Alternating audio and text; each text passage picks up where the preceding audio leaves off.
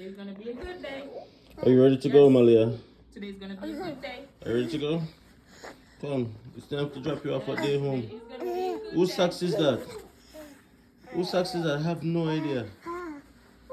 Today's gonna be a good day. Malia, stand up and walk. Malika, are you ready to go, mommy?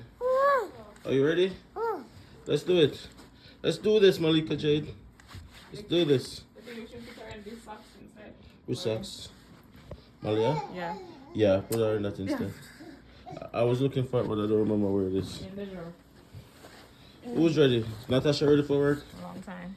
What is the clothes basket doing there today? It's always a mess because. Because yeah, what? That's all it is. It's a mess because what? Because of these two. I can't find the shoe, mommy. Where's the shoe? Oh my gosh. We're gonna put this underneath. Look at her. Look at her. Look at you. Oh man. There we go. Guys, it's now There you go. 7:45. Not so late for work, but not my fault. Come on, come on, come on. Come on, guys. This is what we do in the morning, guys. This is what we do. This is what we do. We're gonna go out, drop nuts to work, drop off these kids, take you guys with us. Forward, guys. Don't forget to subscribe to the channel if you haven't subscribed already. Smash a like on the video and drop a comment, guys. See you guys when we are probably in the car. Hold on, I'm gonna try that. I'm gonna try that thing here. 1, 2, 3. And we are off, guys. Another day, another dollar. This is how it is, guys. Like legit. Foreign is not a bed of rose here.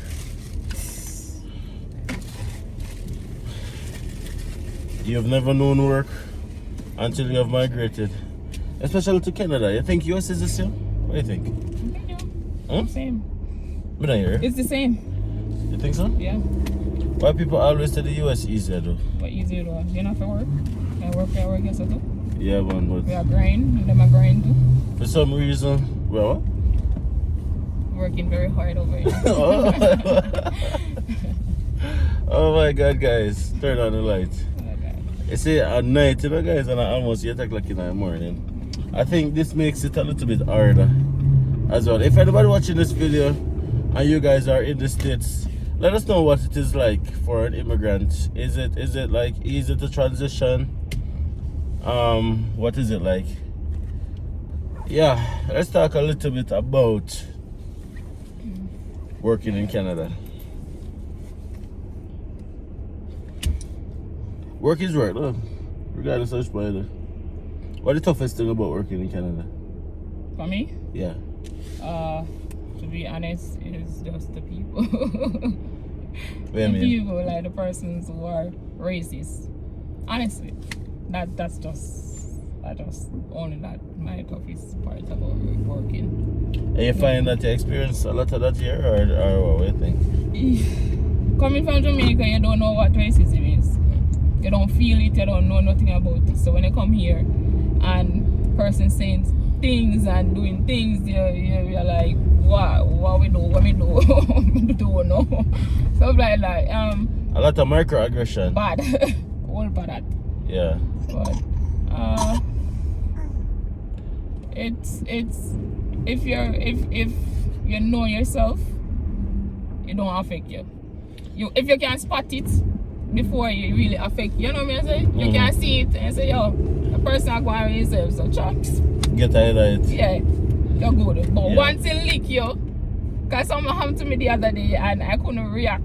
No, I want to react. I have to hold it so I get angry. Oh yeah. Tell them about that, babes. Tell them about that. So I went somewhere to volunteer to wrap gifts. Hold on. So the other day, guys, I'm not sure if you guys are following us on Instagram. We did a video where we showed DiAndersons' contribution to the community, where Nats went and, wrapped some gifts for the less fortunate and went to a soup kitchen and then go to a non-profit organization to donate the gifts and stuff.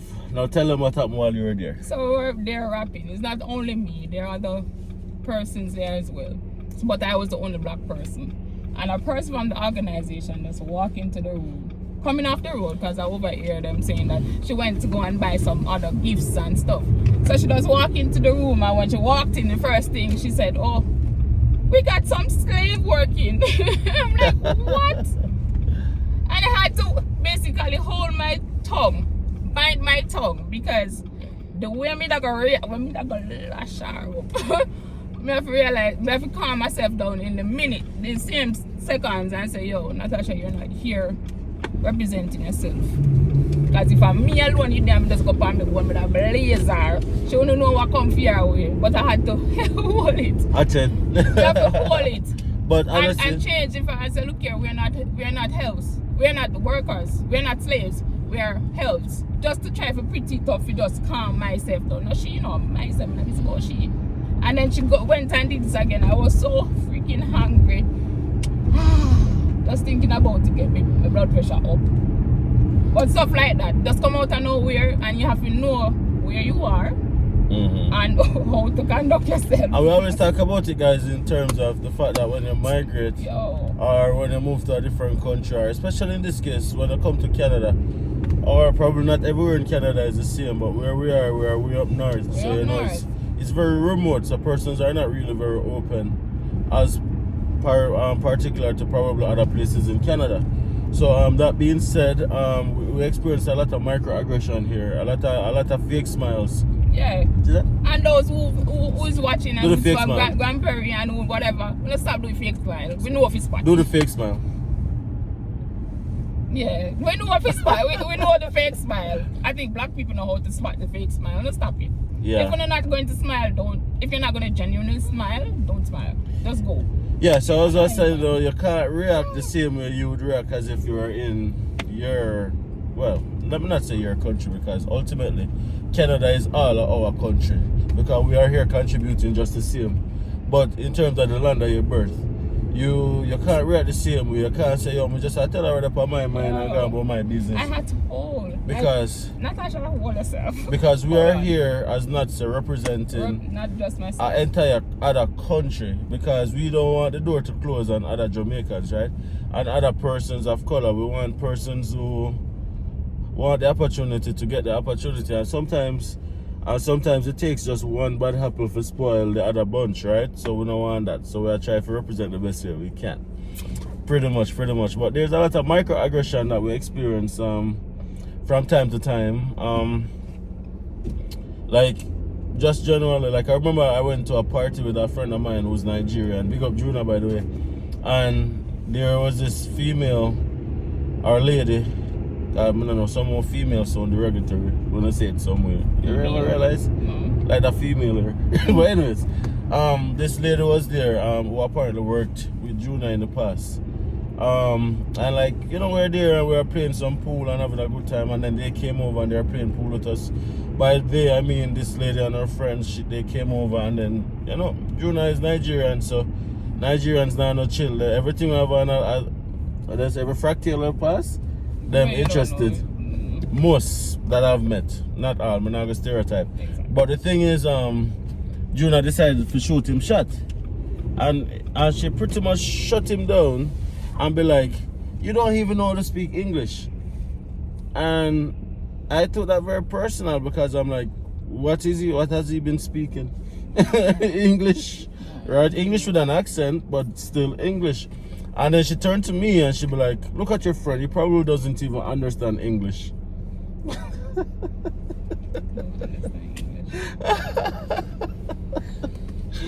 Guys, I'm just telling her, I got so mad. I'm like, "What do you mean I don't understand English?"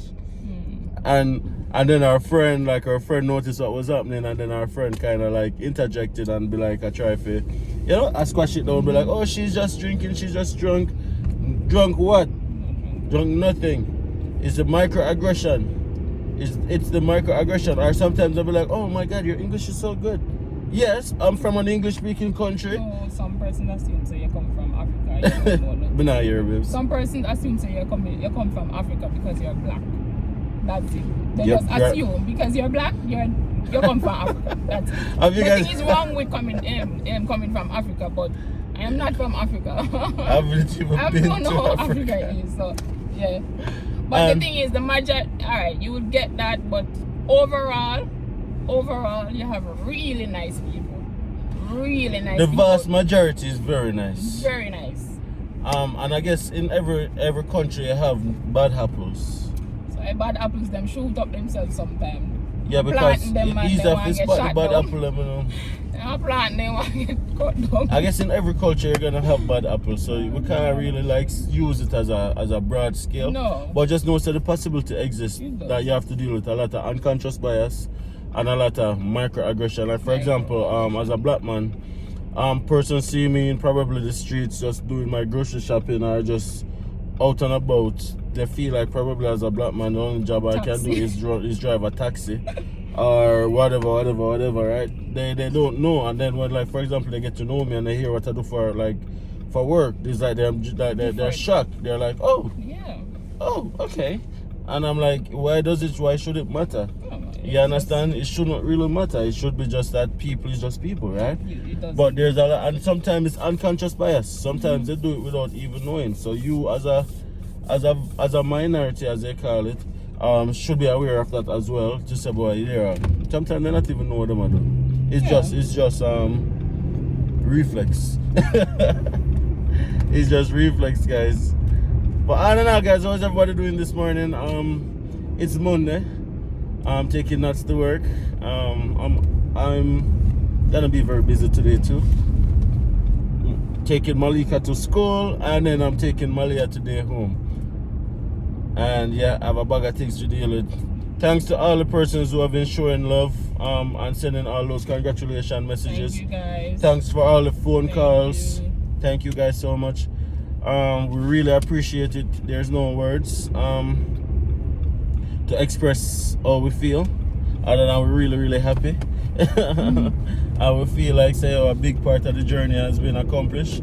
But you know what, guys? In times of doubt, in times of frustration, in times of uncertainty, this community was what kept us. This community was what kept us through those moments when we were waiting, and it almost feel like we're waiting indefinitely. So we just want to say, brother, yeah, thank you guys for all of the love, all of the support. You understand? Anything to say before you go to work? I hope that you guys, whoever is planning on coming to Canada, just keep positive. But for those who have been rejected or denied, if you really want it, go again. Don't stop. If you really want it, just go. Go again.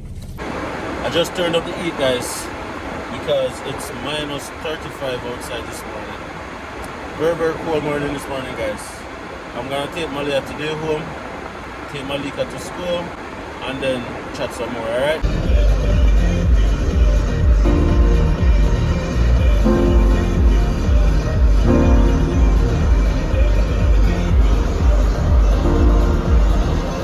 Delivering the news that matters to you.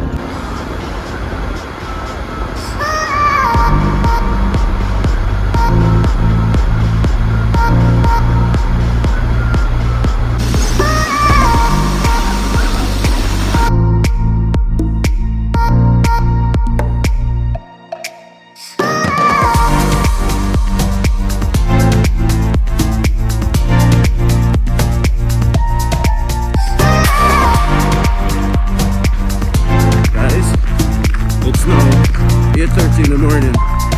Wow. You see what 8:30 looks like? Taking Malika to school. I'm actually just dropping her off right now. Guys, minus 40 right now. Yeah, I forgot school steering me. But that's it. This is how it is. But that doesn't stop you from going to work. But that doesn't stop you from going to school. Right, Malika? Hello. Beautiful day today. Hey you. How are you? Thank you. So we'll find her boots today. Oh, you found it? No, we will. I don't think so. I think probably what happened is when we took our day home, Yeah. that's where the switch happened. Another Take stuff. the day home. Yeah. Okay. Okay, yeah. Thank you. I'll let us know. Absolutely. Have a good day. Bye, Malika.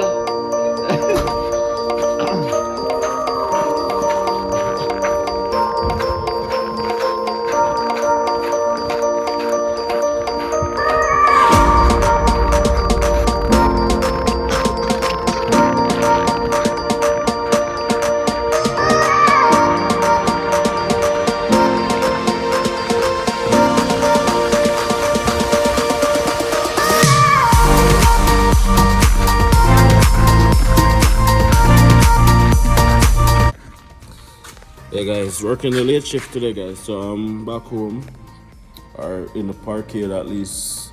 Give thanks to the underground parking, you know. Eat it, make a big difference. Yeah, so I'm just gonna go home and all up fresh, get ready to go to work myself. But on and on, living in Grande Prairie is not bad, guys. It's actually great because I love Grande Prairie. As you guys might have known, right? Like, honestly speaking, it's a perfect balance between a small town and a big city. And plus, there's so much opportunities here, right? So as an immigrant who moved to Grande Prairie, as I said, there's no perfect society. So you're gonna find the good and the bad in different places depending on where you go, right? But 100%, I think Grande Prairie is a great city. I don't know, I give it probably a 7 out of 10 or probably a 6 out of 10. 7 out of 10 is probably a stretch, but it doesn't mean that that's bad, right? It just means that it passed, right? It good is a great place and things. So if you guys are thinking of coming to Canada, my advice is always to explore smaller cities, right? Don't just explore the big cities because it can be very expensive in the big cities, and plus it may be difficult to grow and get opportunities in a big city. So definitely check out the smaller cities, guys, because yeah, in the smaller cities there's so much opportunities to grow, and you know, you strive and you reach as far as you can get, and then you can definitely move up the social ladder, right? And then after you do that, then you can consider moving to a bigger city. But don't just keep the big city, the Toronto, the Vancouver, the Calgary, and all of these places as your first priority, because your transition might be more difficult. Anyways, another morning, guys. Thank you guys so much. See you guys in the next video. It's time for me to go and get myself ready for work.